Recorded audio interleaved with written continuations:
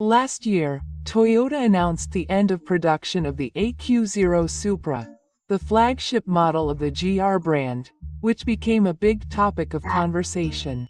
It seemed that another representative name of Japan would disappear from Toyota's lineup, but after looking into various information, it seems that only the current model's permanent round type will be discontinued, and development of the upcoming model itself is continuing. When they announced the final edition, I was surprised at first that the Supra would end, but it seems that is not the case. Well, Toyota has collaborated with BMW to equip the A90 Supra with a BMW direct gasoline engine, but it was said that the upcoming Supra would be developed exclusively by Toyota.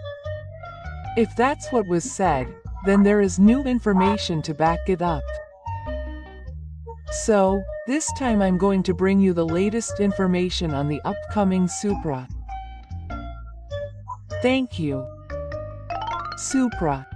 Hunkas. The Supra is one of Toyota's representative sports cars. It was originally sold as a specialty sports car that was mid-range but not the highest class, but now it is the sports car that reigns at the top of Toyota's sports brand, Gr. The current model A90 Supra has been on sale since 2019.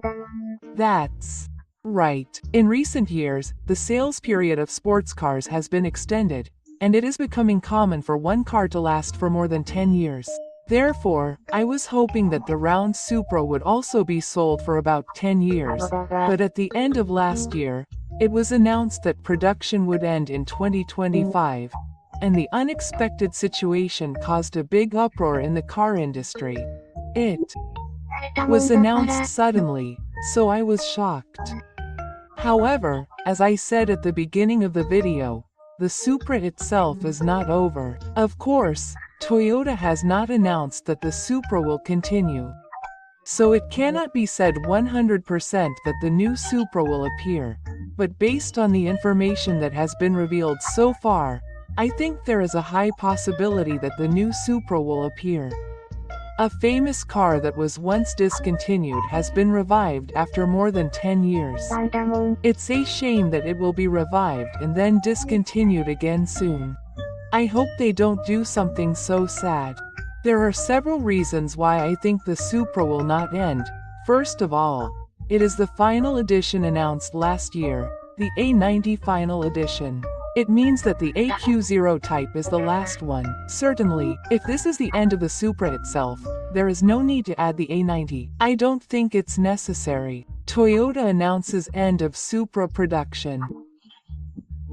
The company plans to end production of the current Supra with the A0 final edition as the final model, but will continue to refine the Supra through motorsports activities. If the Supra is not coming out at some point, there is no need to continue refining the Supra. Well, it's not a waste because they will use it for future vehicle development, but Toyota has other sports cars. I think it would be better to spend resources on those. That's what it means to continue refining the Supra.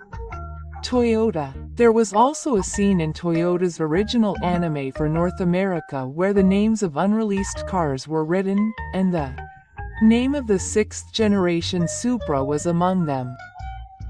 All the cars named in the anime were sports cars. That's right. And of the sports cars in the series, Toyota has announced that 8 Celica and the 3rd generation GR86 are in development. As for the Gr GT3, there has been a spy shot of the development vehicle, but it has not been officially announced. We can assume that 3 of the 5 models will almost certainly be released. The remaining 2 models are the Supra and the MR2, and it's natural to think that they are also under development. The MR2 has been rumored for quite some time. In that case, it's hard to imagine that the Supra is the only one left out. From here on, I'll introduce some information about the Supra. As I said before, the current model, the A90 Supra, was developed jointly with BMW. Toyota collaborated with BMW to reduce development costs, but the main reason was because they wanted BMW's direct-drive gasoline engine. Since Toyota doesn't have a direct-drive engine, they needed to work with BMW, which has a direct-drive engine and also puts effort into driving. That's it. However, it is said that the Supra will not borrow BMW's power. Will it be developed by Toyota this time? I'll go into more detail later, but it seems that it's not developed solely by Toyota. Oh, really? Then who will it be co-developed with? Next, the power unit of the Supra. Does not relying on BMW's direct drive engine mean that they are planning to develop their own direct drive engine? No, that's not it either. A little while ago, information suggested that it would likely be equipped with a 2.0L inline 4-cylinder turbo engine.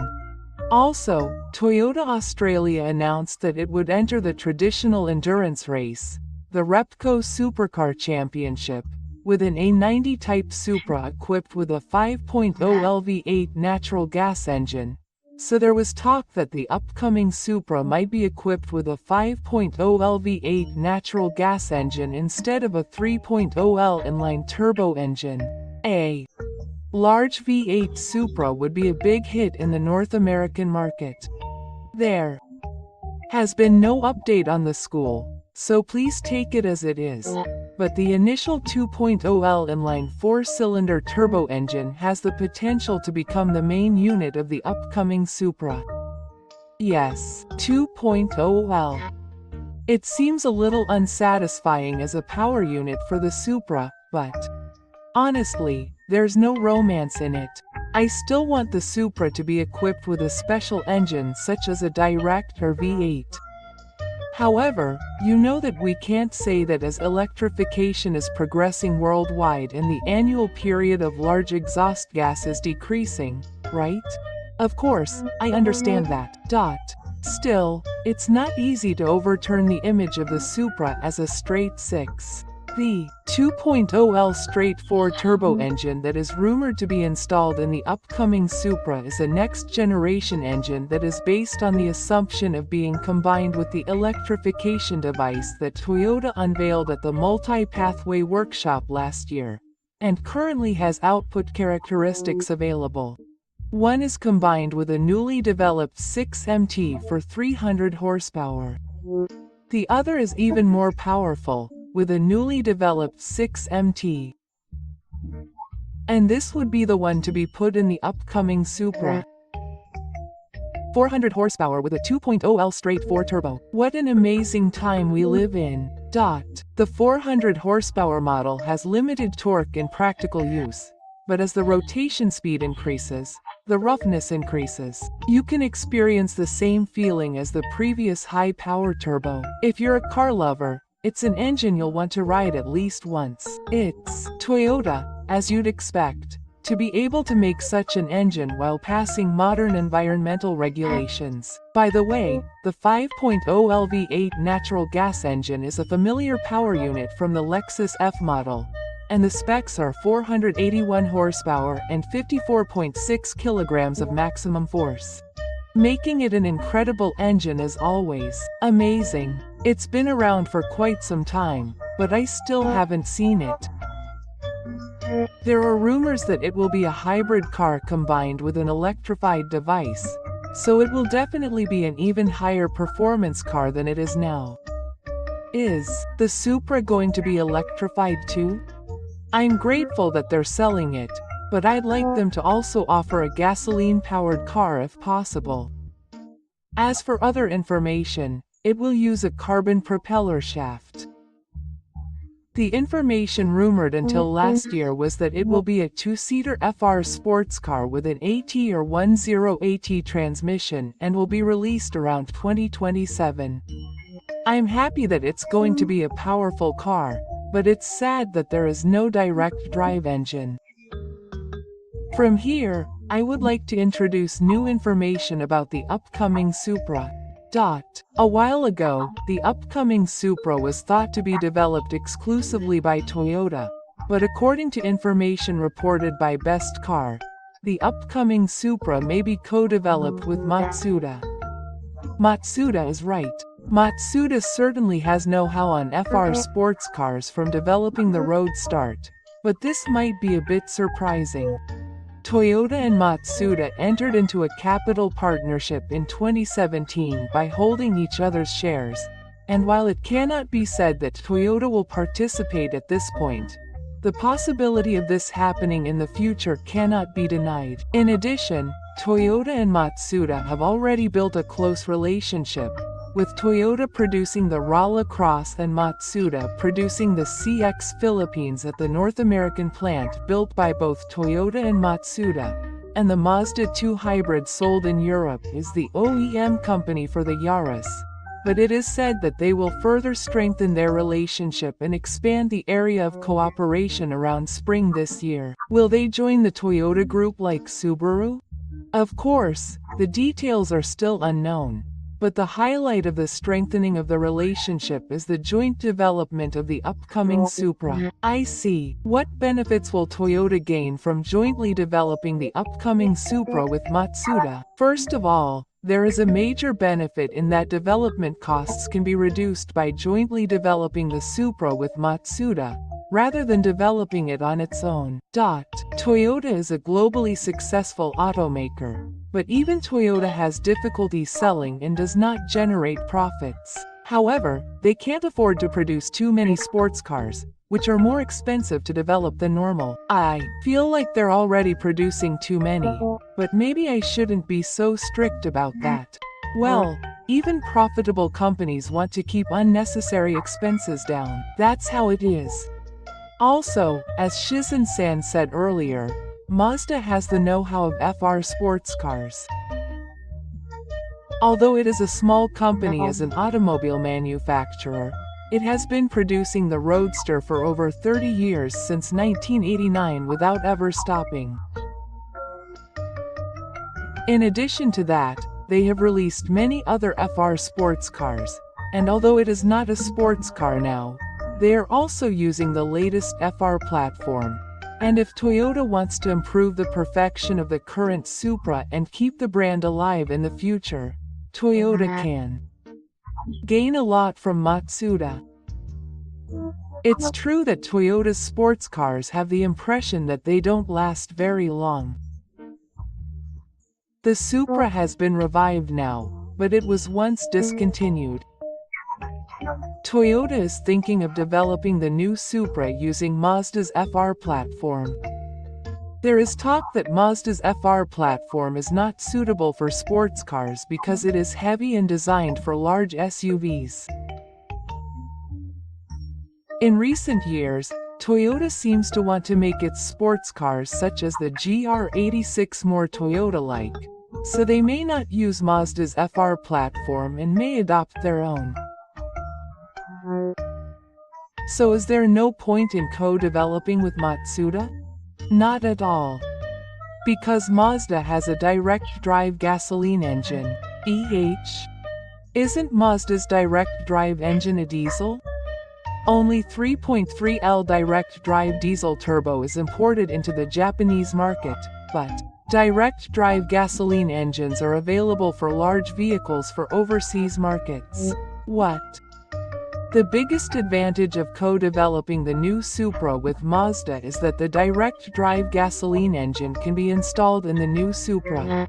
I see. Of course Toyota wants to co-develop the new Supra with Mazda. If there are reports that Toyota and Mazda will strengthen their relationship in the future, Mazda will become a co-developer with Matsuda. And the possibility of a direct-drive gasoline engine made by Matsuda will increase. But that would mean that Mazda would have to give up its precious direct-drive engine to another car. Would Mazda, which values its brand, really do something like that? Toyota has a lot to gain, but it seems that Mazda has more to lose than gain. It's true that there are things to lose, but it's not that there are few gains. Co-developing a new car with Toyota is also significant for Mazda. First of all, it is difficult for a small-scale Mazda to develop a sports car. There are issues with development resources, and there are few human resources and budgets. However, if it co-develops with Toyota, which is one of the largest automakers, Mazda will be able to reduce the risk of failure and maximize profits by sharing development costs and producing the vehicles at Mazda's facilities. Furthermore, by being able to utilize Toyota's huge sales, the mass production effect of direct drive engines will be higher than doing it alone, which will lead to cost reductions for Mazda cars as a whole. It will reduce the cost of all vehicles equipped with direct drive engines. It's true that this may be a very welcome benefit for Mazda. From here, we will take a closer look at the details of the direct drive gasoline engine that the new Supra may be equipped with. Mazda's current direct drive engines include the gasoline engine Skyactiv G and its evolved version, the Skyactiv X, and the Skyactiv D, which is familiar in Japan.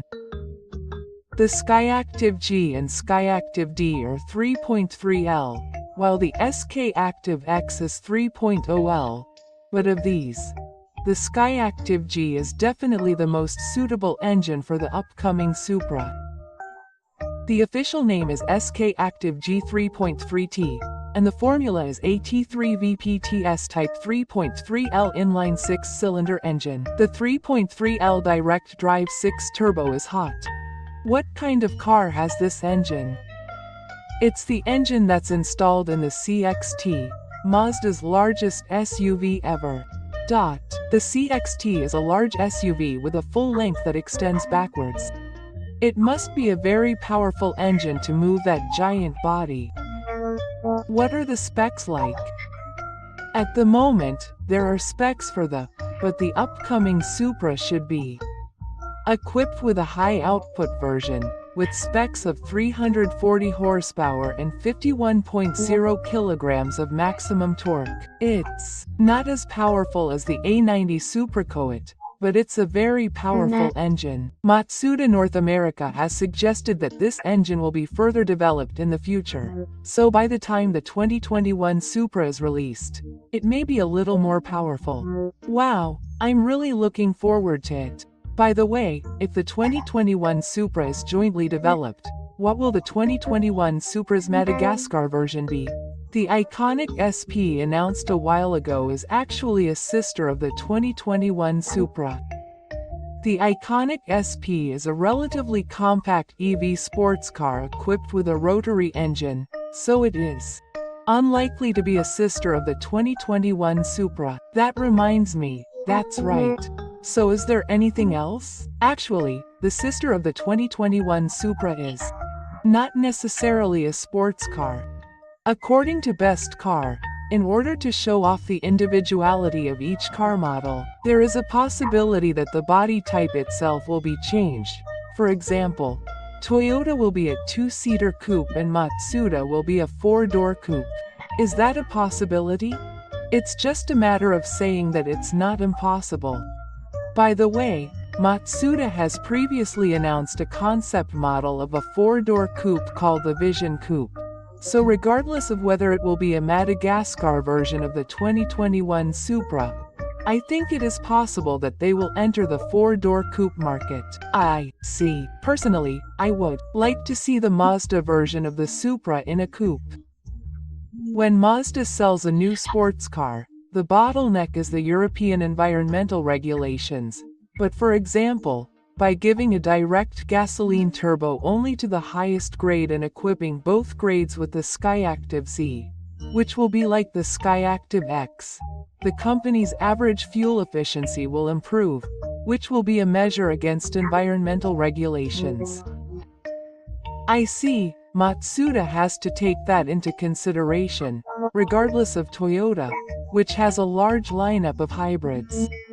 I'm looking forward to the arrival of the Supra, but if it is jointly developed with Matsuda, I would like to pay attention to what kind of car the Matsuda version of the Supra will be. I'm so excited. Currently, we are looking for everyone's photos of Isa on X9 Twitter. Please post photos with the hashtag #SharpenCasMotor on X. Many CAS viewers have already posted photos of Isa. We have set up some simple rules so that everyone can enjoy using it. It's okay to post photos of your own Isa, but be sure to hide the license plate number. Of course, it's okay to just look. If you see a car you like, please give it a like. That's all for now. Thank you for watching until the end. If you found this video interesting, please subscribe to my channel. I'm also looking forward to your high ratings. See you next time.